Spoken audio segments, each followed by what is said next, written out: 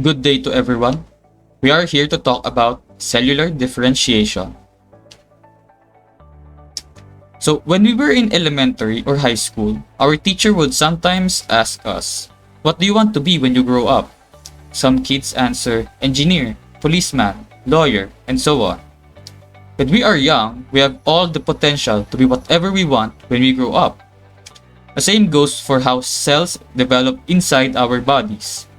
When a new cell is born, it has the potential to be any type of cell, whether it is a muscle cell, skin cell, or nerve cell.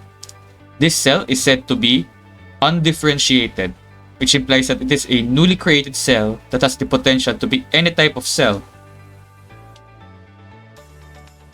Much like a child, an undifferentiated cell cannot perform any specific task that can contribute to our body's overall function. Its only job is to grow and develop. When this cell becomes a specific type of cell, say a muscle cell, the cell is then said to be differentiated, which has a distinct shape and can now perform specific tasks such as moving our body.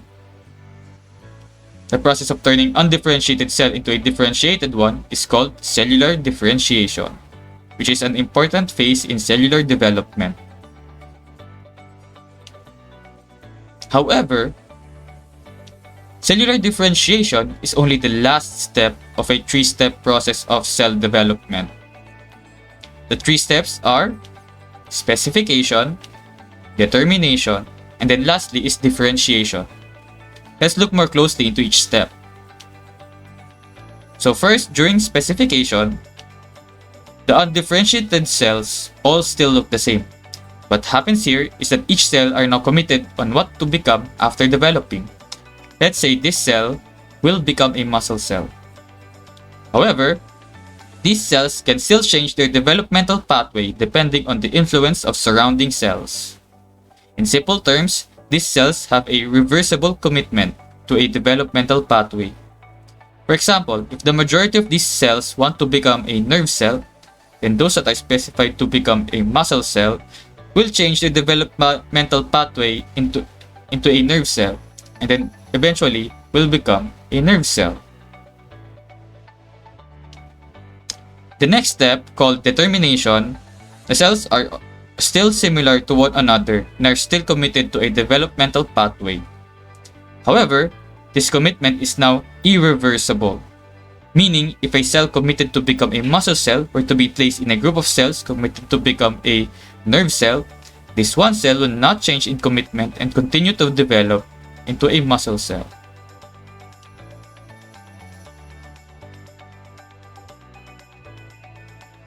Lastly, in differentiation, the cells continue to do their developmental pathway in their committed pathway and will now change in how they look and how they function.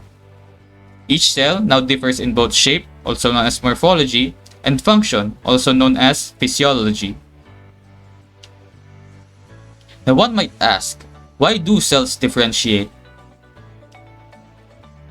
Differentiation occurs through the process of differential gene expression. Undifferentiated cells have most of their genes turned off, such as genes for muscle development, nerve development, and so on. Now, during differential gene expression, the cell turns on the genes that are specific to its developmental pathway. Muscle cells will have their muscle genes, nerve cells will have nerve genes, and so on. However, it is important to note that differential gene expression does not occur due to a difference in the DNA between cells. They only differ in what genes to turn on and off during development. Okay, so to recap, when a cell is born, it is considered to be undifferentiated and has the potential to differentiate and become any cell in the body. It turns into a fully functional cell through the process of differentiation. However, before proceeding to differentiation, it must first pass through specification, which makes a reversible commitment of a cell to a developmental pathway.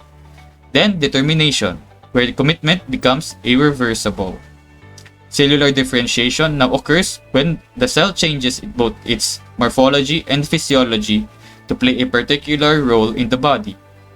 The process of cellular differentiation is explained by differential gene expression, where cells will turn on the genes specific to the committed developmental pathway.